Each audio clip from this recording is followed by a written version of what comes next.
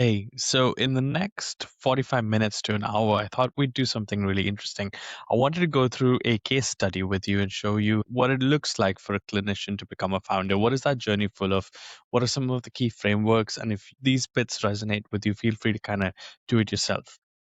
I love to do things kind of unplanned and extemporary. So that's how I'm trying to do this as well with the help of AI pretending to be a client. In this journey, what I expect we'll do is go through a couple of frameworks, identify how to figure out whether an idea is worth pursuing.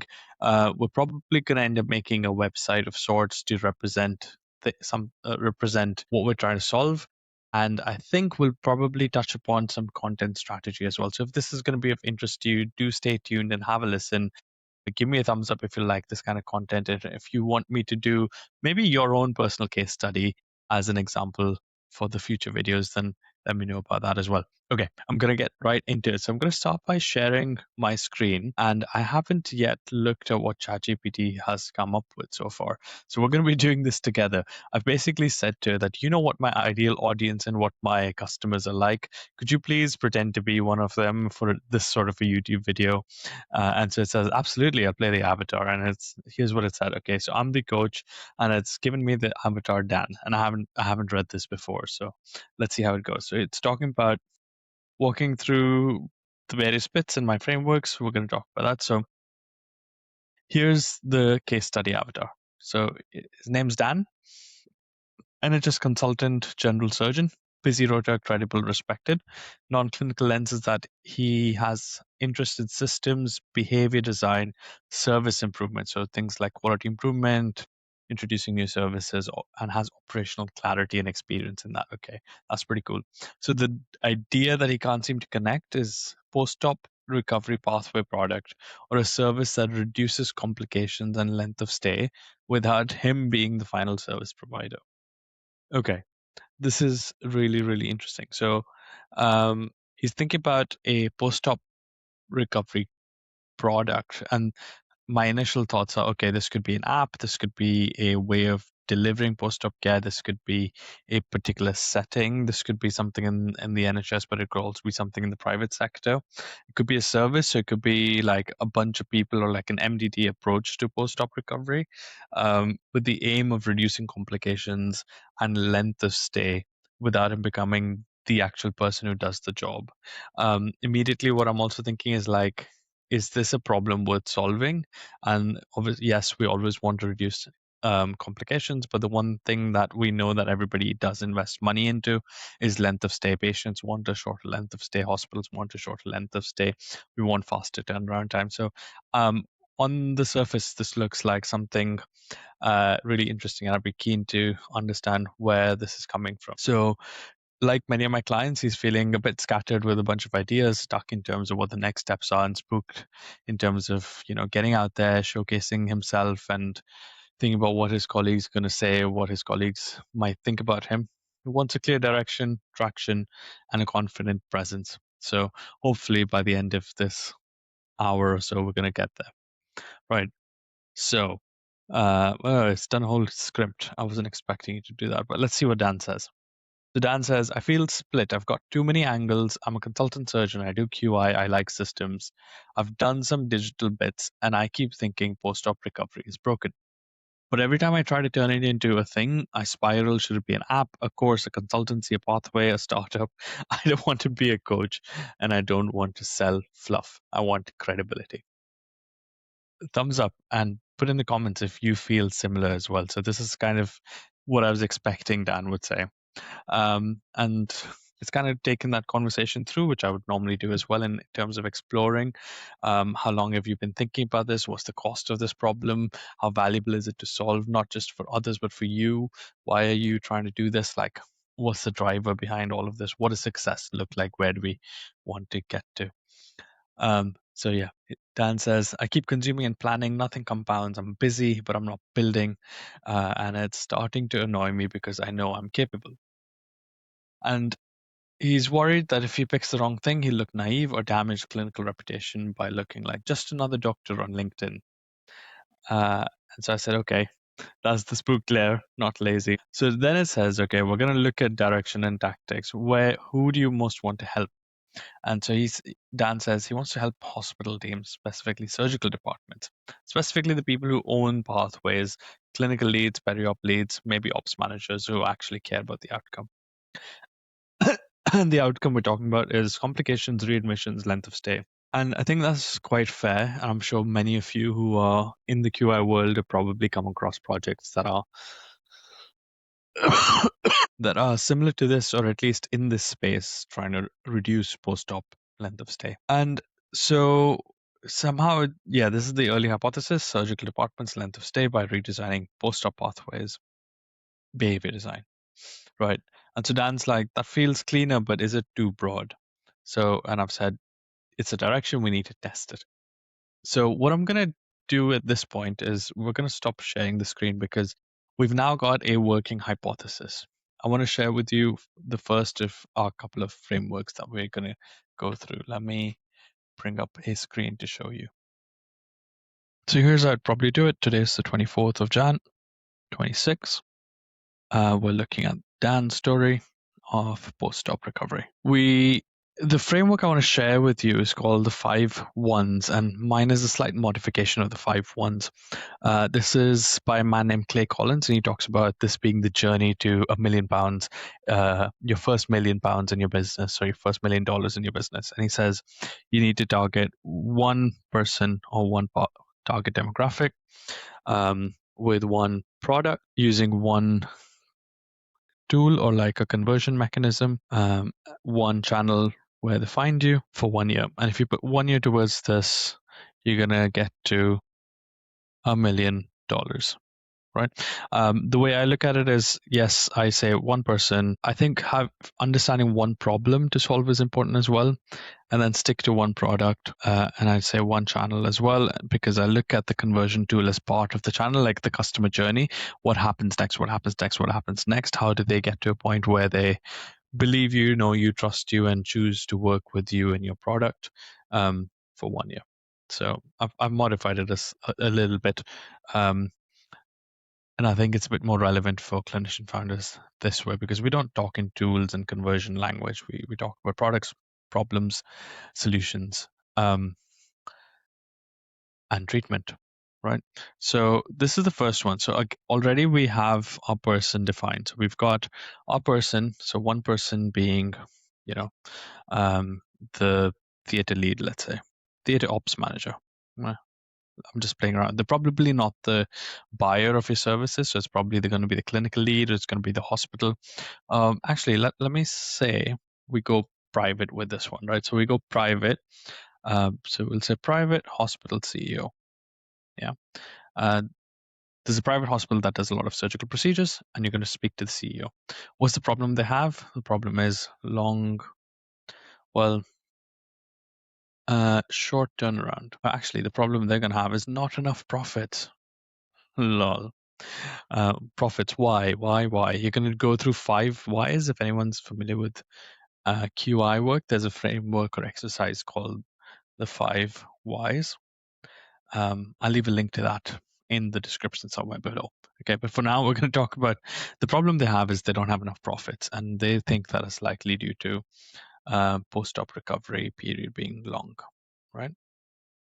And so the product or solution that we're going to offer them is something that is still not fully defined. We still need to kind of think about what the product or service is going to be. The channel needs to be defined, and we're going to commit 1 year to this, or hopefully get to a point where we feel like committing 1 year is a good place to be, right? What I would actually do at this stage is a market survey, and I'm going to show you an example of how I do, not a market survey, sorry, market research using AI. So I'll walk you through that next. If there's any questions at this point, do put them down in the comments. I'd love to kind of take them, but hopefully this is bringing up some ideas and bringing clarity to where this idea would go. All right. So I'm going to hop back to ChatGPT, and we're going to open a new chat, and we're going to go to this section, and I'm going to say to ChatGPT, assume the role of a healthcare specific management consultant and someone who is an expert in prompt engineering. Can you please create a prompt for me that helps look at the market of improving post-op recovery times and reducing post-op complications. I'm doing this for a client who is a um, consultant general surgeon, and we want a go no go decision. Think about various tools like SWOT analysis, Pareto, um, Porter's forces, and use existing data published in journals, but also look at Reddit and YouTube comments and other places to identify um, what benefit this would have for both the NHS as well as the private sector. Give us examples and samples of tools or apps or various forms of this product that people would already invest in. Um, Give us a tam tom som, uh, and yeah, help us out from there. So what we're going to be doing now is getting ChatGPT to give us a prompt. We're not going to be running the research yet, but we're going to be doing a prompt, and it's going to come up with something. I'm going to make sure that it's got everything that we kind of need. It's picked its geography, it's picked various markets. It's using MECE principles like a management consultant would. We're looking at complications, recovery trajectory, and for this one, I'm not gonna bother picking at it too much because we're doing it as an example. What I like to do is run this in ChatGPT, but also in Perplexity, and that way we've got two different models of AIs running deep research for us, and we can then put that together. And I'll talk about how we can best analyze that information as well. Okay. Um, so for the purpose of this demonstration, we're not going to read it so much just yet. It's using Jobs to be Done, which is one of my favorite frameworks, Jobs to be Done framework. And I'll leave a link to that down in the comments as well. Hopefully, if I forget, please just drop me a comment. Yeah, so let's take this entire prompt and we will run a deep research function on this. Yeah. Uh, yeah. So we're going to say Control C. We're going to go to the deep research function. I've actually run out of my deep research for Perplexity today, but for the purpose of this demo, we'll just stick to ChatGPT for now. But yeah, we're going to say research. We're going to say hit go. It's going to then come up with a bunch of questions and things it wants us to clarify. I think this does it as like a user experience sort of thing, but hey, nonetheless. So I'm going to say yes, the client has access to NHS and private hospitals. To be able to pilot, they have the network in place they can speak to get this set up.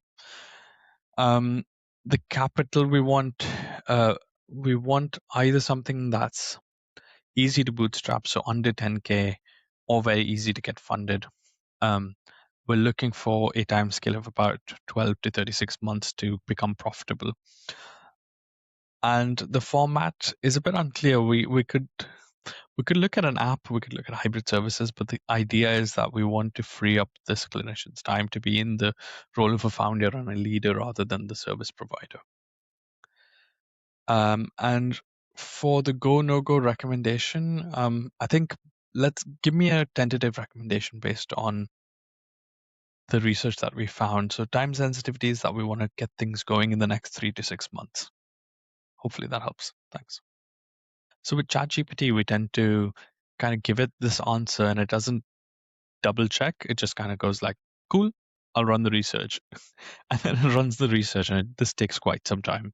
So I'm going to let this cook and we're going to go back to our previous conversation and see what else it was kind of trying to take us down the road of.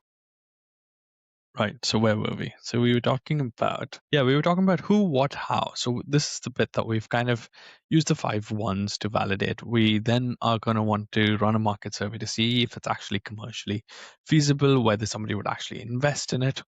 And later comes, how does he fit into the role in a way that he's, energized and happy and not burning out with another thing on the go, right? The next thing that ChatGPT kind of takes us into is niche wedge, which is like, what's the entry point? So I've said if you were to fix post-op recovery as a whole, you'll say abstract. You want an entry point that's common, painful, measurable within your credibility. So something really specific.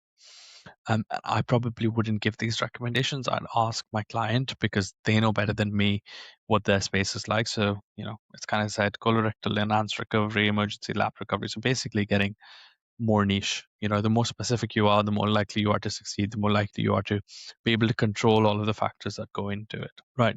So he happens to choose emergency lab recovery. It'd be interesting to see if that's the space that the deep research tool also tells us is the interesting space where most impact can be made. Then it kind of talks about going into traction, so converting it into movement and identifying some milestones. Now, this seems to be ChatGPT going off on a tangent, so we're going to stop this and go back to our deep research tool. I'm going to pick up the conversation once again as soon as our deep research is done. So it's going through that. It's going to take a little while. I will see you back here when the research is done. Okay, so it's been about 20 minutes or so, I think, and the research is finally done. We're going to have a look through it. I'll walk you through the executive summary and how I would make the most of this report. And like I said, often run it on two different models and compare them. But let's see what the executive summary says. It says that post-op recovery remains a costly hidden pandemic in healthcare, with about 5 million surgeries in the UK NHS, about 20% of patients experiencing complications. Blah blah blah. The report provides a decision grade assessment and covers white space for innovation. Blah blah blah blah blah. Okay. Um, where does it talk about recommendation? Here we are. Focus initial efforts on high impact wedge of post-op virtual recovery for elective colorectal surgery patients. So quite different from where the initial discussion was going. This is now based off of data that is looked at online. Okay. Where unmet needs and economic savings are the highest. Minimum lovable product, a simple app for daily symptom tracking, wound monitoring, and guided self care can integrate into discharge workflows and virtual ward models. I'm quite curious why it's actually come up with that and suggested it. The NHS pilot is designed with clear endpoints, 30-day readmission rate, bed days saved, patient satisfaction, and a go no go criteria. In summary, this venture can go if early data show improved outcomes and engagement. Otherwise, it should be pivot or pause.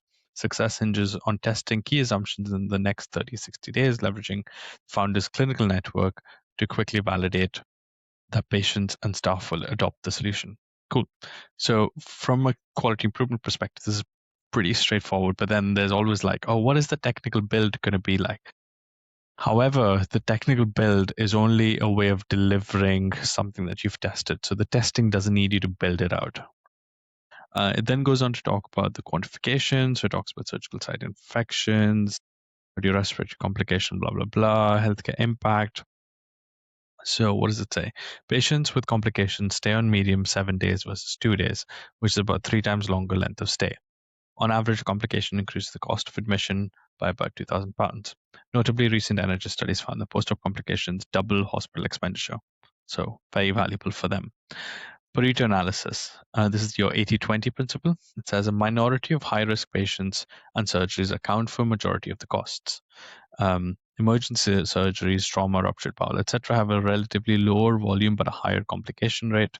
In elective surgeries, common complications are infrequent, but given the volume, they add up. So that's an interesting perspective. High volume procedures with moderate complication rates are all kind of listed here. It's gone and looked at data across all of these. So it says, using the Pareto lens, prioritize areas with maximal combination of volume, complications, economic impact, and that's why I think it's suggested colorectal surgeries. Care pathways, it's kind of looked at where the pain point is, what is the underlying cause of the delays and the complications, what the trajectory looks like, operational bottlenecks. It's come up with opportunities. Based on the above, we highlight most monetizable intervention points. This is quite interesting. I didn't ask it to do that, and it's just decided to do it on its own. Or maybe it was in that prompt that I kind of just skim read. Anyways, it's talking about remote surgical site monitoring, virtual physio and early mobilization services, early warning with virtual wards for high-risk patients, patient education and engagement app, prehab. And probably I can kind of think of people already working on each of these domains, and probably you can too if you're in the healthcare space like me. And then it breaks it down into various segments. Now, if we keep going down this report. It's quite a big report talking about, solution space mapping, digital solutions, device and wearables. It just keeps going. It's a lot of data. You could spend a lot of time reading this. Talks about red ocean versus blue ocean strategy, voices of customer insight. So patients and clinicians, what are they saying? What are they talking about? All of this. So this is pretty intense. I could not go through this with reasonable certainty to make a decision. But what I might do is download this. And when I hit download, I will go over to Notebook LM. I will go over to Notebook LM and I will go to my work one. I'll create a new notebook and I will upload a file. Oh, you're probably not looking at my screen. Let me upload this and I'll show you in a quick second. So I have gone to Notebook LM. I have created a new notebook and we're going to call it, post-op recovery analysis. So Notebook LM, for those of you who don't know, is a tool by Google which allows you to comprehend complex data, study, learn. What it does is it gives you results. It's an AI platform. It gives you results based on only the sources that you've uploaded and not anything else. So everything that you ask it will it'll look at the executive summary, that whole document PDF, and give you results based on that. So, I could ask about the common complications, how can digital tools reduce, teach me about virtual wards. It'll kind of pull out from that document and tell you what it is. But the cooler thing I like to do is you can go into creating audio overviews, and essentially it's a podcast. You can have a deep dive podcast which tells you, I'll just do a short one now to kind of demonstrate, but you can do a long one which is like about 30 to 40 minutes and kind of does a deep dive into the document.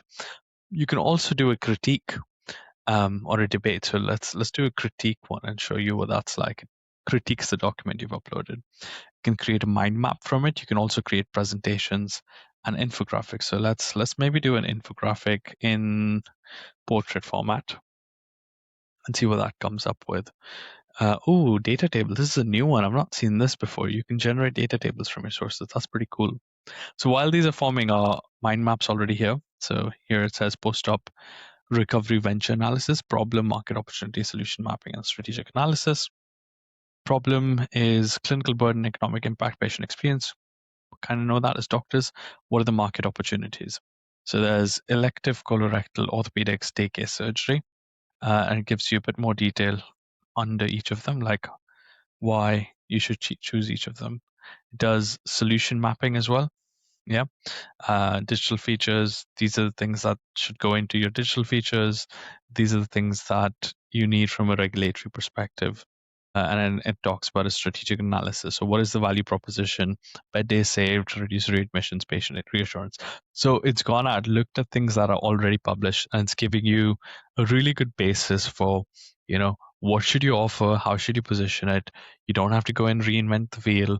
You just need to put this together into something that's meaningful and use your presence as a clinician, your network, your people, your credibility to make stuff happen, right? So hopefully this is kind of blowing your mind, because when I first used Notebook LM, it sure was, right? So we're going to come back to the studio and look at these audio overviews in a little bit. In the meanwhile, what I might hop on to is the idea of doing customer interviews. Now, I have a format for doing customer interviews, like a set number of questions that explore a bunch of things, which I've developed based on books like The Mom Test and what was the other book? Something Brain. The book's got a brain on it. Bunch of books and bunch of resources I've put together. And I've created a customer survey questionnaire, and you can use that as a Google Forms or whatever, and just fill in those questions. And I like to modify the kinds of questions for this specific niche. So the next step would probably be to go and interview maybe like 5 to 7 hospital CEOs, if you can get hold of them, or theater leads or other surgeons, and see what problems they have and where that lies. What are they willing to pay for?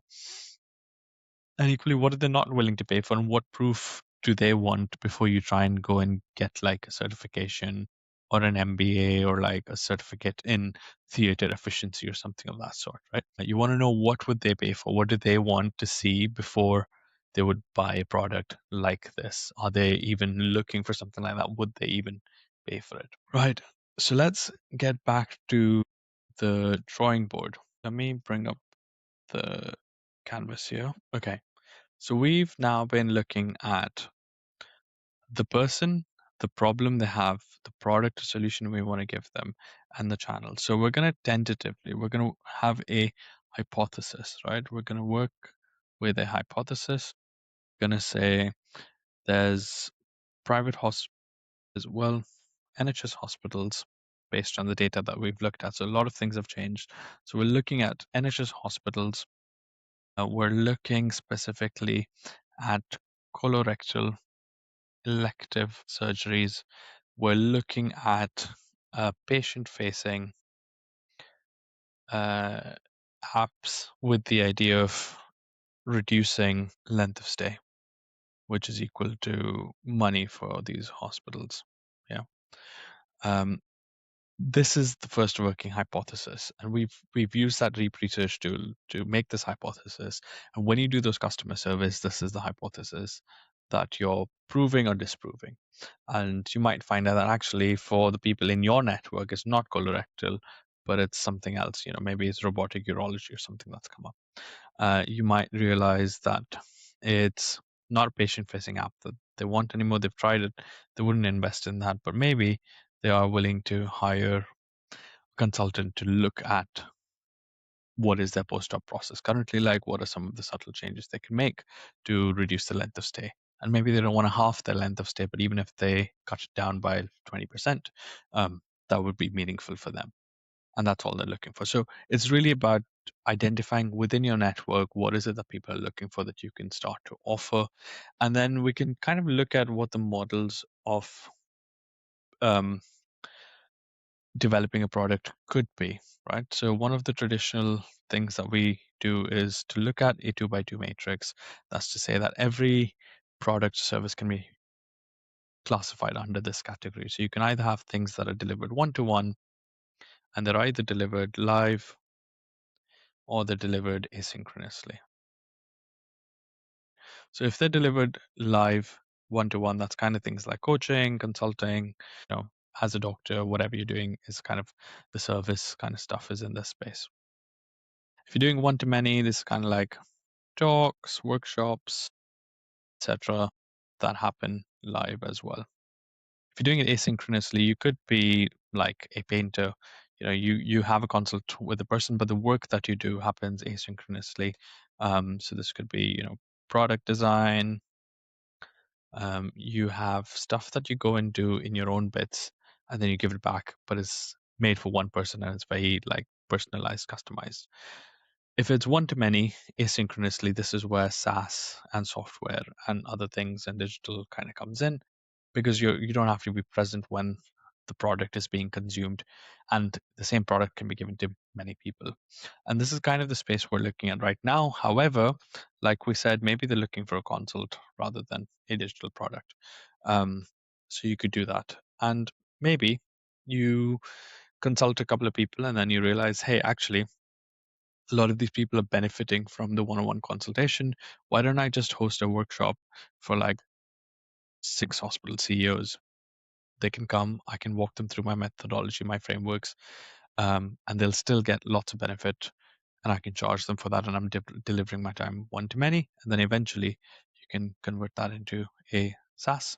You could even convert that into an ebook, for example. Yeah. Which would be consumed one-to-one, but then asynchronously. In fact, that might actually go into a one-to-many, but asynchronous as well. So like an ebook could come into this section. Yeah, so it doesn't have to be just one kind of product. You could start off in one space and then move across into different domains. Right.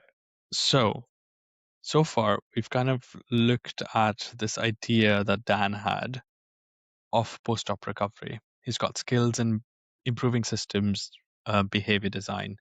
And so we're kind of looking at behavior design for um, what behavior could the patient change at the end of the day that can be put into an app.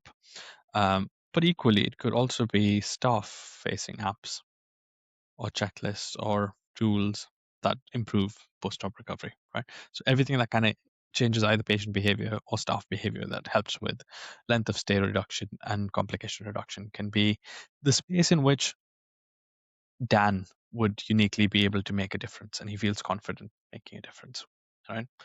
There's still the question of, will Dan be happy? Will he be happy doing this? And I'm going to get some water and I'll come back to you and we'll talk about this. Okay, so my wife woke up for night shift and I'm back. The question we were answering was if Dan will be happy doing this, right? So there's versions of this that could make Dan really unhappy. He still wants to continue his clinical practice. He still has a family to feed. He doesn't have that much time to give to this. So there's elements of like what role Dan plays that will make him happy, and what the function of that role is. Like, will that role align with the why behind Dan's motivations, right? Like, why does he want to do this? Why does he want to do any of this? Why does he do everything that he already does? Um, is the alignment between the function and the role. And the role, I think, to me, comes across as a couple of things as well. And I use Gallup strengths to give language to a role that would energize you and fulfill you versus a role that probably wouldn't. By the way, I've got a custom GPT model that, if you'd like for free, is down in the description. It's called the Idea to Alignment Clinic. And this is for early stage clinicians to distill things into a clear direction. And if you just kind of talk to it, and it'll ask you things about you and what your ideas are, and help you figure out whether your idea is in alignment or not. So if you want help with that using a custom GPT, just something to chat to. This is something I've trained, and you can use it to hopefully get a bit further in your ideas and get some alignment and clarity. So I'll leave a link to that in the chat below as well, in the description. I need to make a list of the stuff I need to put in the description because I'm going to forget. But anyway, the thought about all of this kind of is taking me to the concept of the zone of impact, right? So the zone of impact is a framework I've come up with, which is a 3-circle Venn diagram, and it talks about the overlap of your purpose, your ability to make an influence, and how you make a change in the world, and the equity that you create. And I don't mean financial equity, I mean non-financial equity in the assets that kind of represent your purpose and your influence. And the space where this comes together is what I call the zone of impact. Whoops, what did I do? The zone of impact. Yeah, zone of impact. Because this is where you make the biggest impact, you're playing to your biggest strength, and you're being the best version of yourself. So to try and figure out what your purpose is, what, like we talked about, doing why, and it's not just like, oh, let me have a think about why. No, there are specific exercises that Simon Sinek gives you, and there's ways in which you can figure out what your why is. Having a mission and vision and a clear thing that you're working towards is something that's really hard to do, but working with a coach, you can try and figure that out. Once you have a mission, vision, and a why, you have a relatively clear purpose.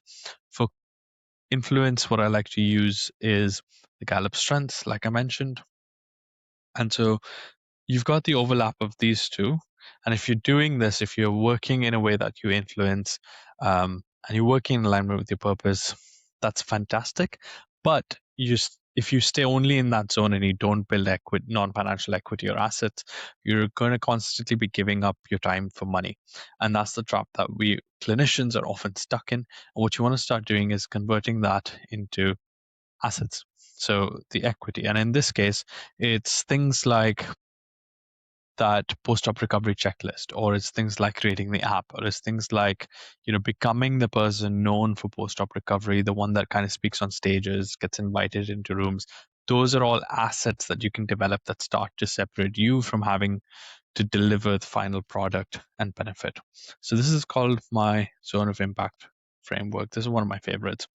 Um, so I think that really helps answer, will you be happy doing what you're doing? So far we've talked about the commercial strategy, we've talked about the personal strategy, how it kind of comes together, and hopefully that is making sense. So far we've done the what, we've done the what, and what we want to do now is the how. So I think the how is still pending.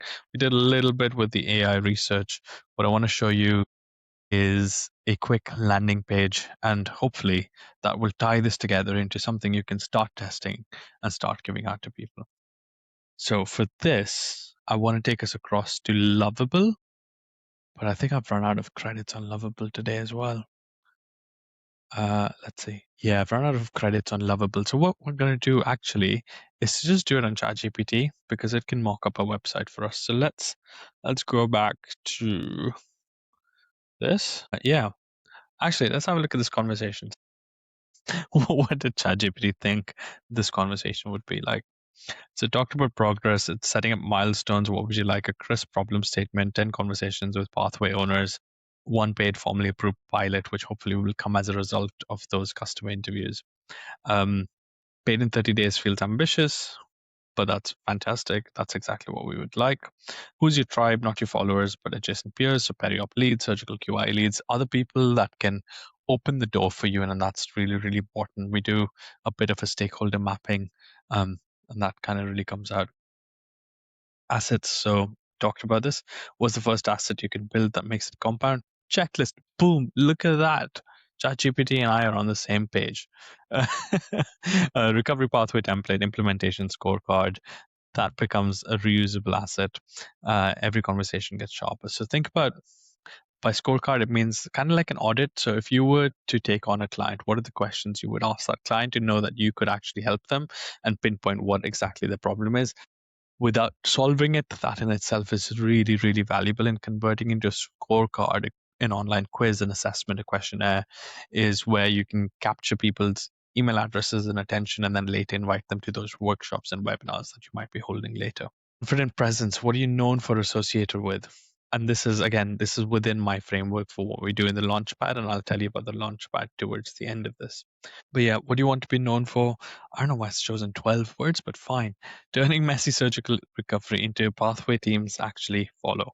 And that's really, really valuable, right? Lots of people are trying to do this.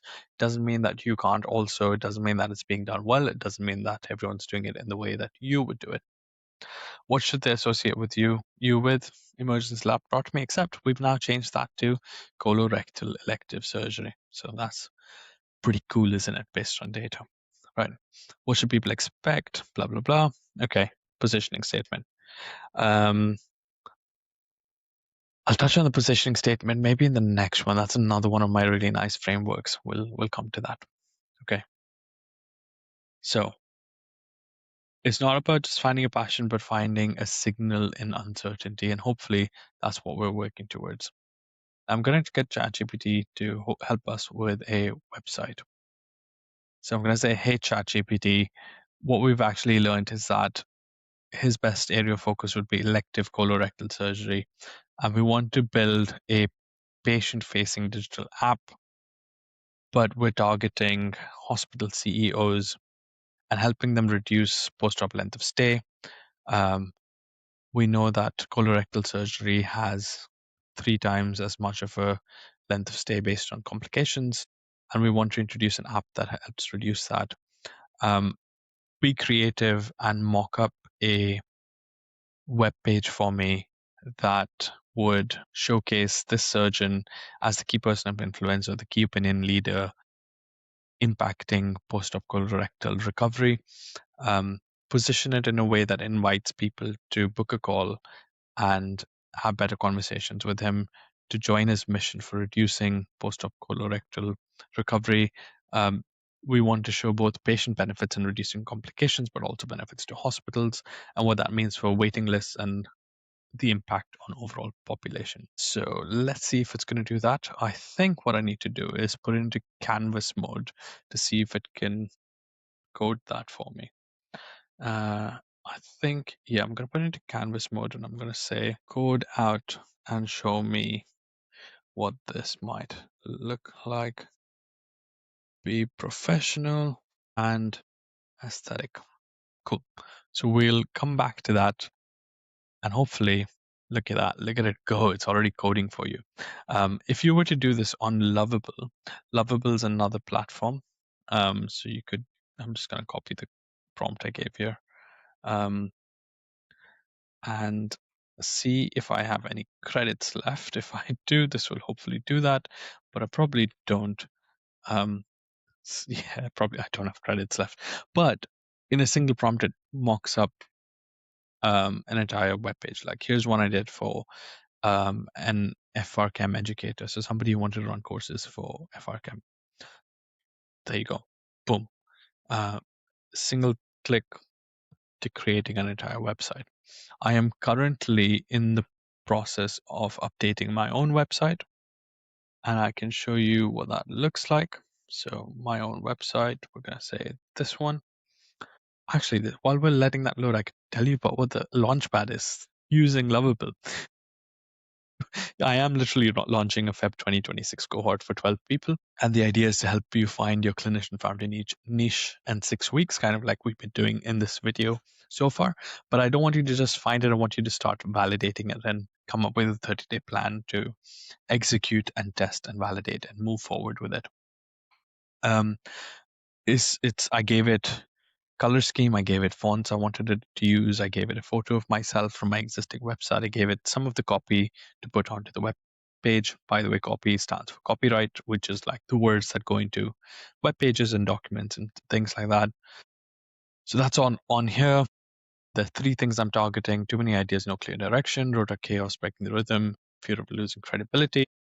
A little bit about me, what I do, my background with ICF, and I'm not an NHS Leadership Fellow. I was an Innovation and Improvement Fellow, so I need to change that.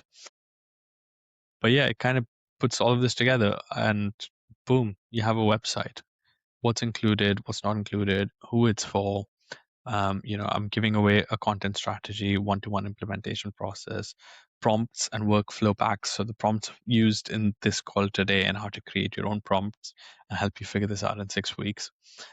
So if you've got about 8 to 15 years of experience post-registration and you're on a serious idea that you're keen to make an impact on the world with, I'd love to do this with you, right? So let's see where our coding has gotten to. And it is ready. Let me show you what the mock-up of that web page looks like. It's literally coded out the whole web page for me, and I just have to hit preview. Fingers crossed it works. Allow network access.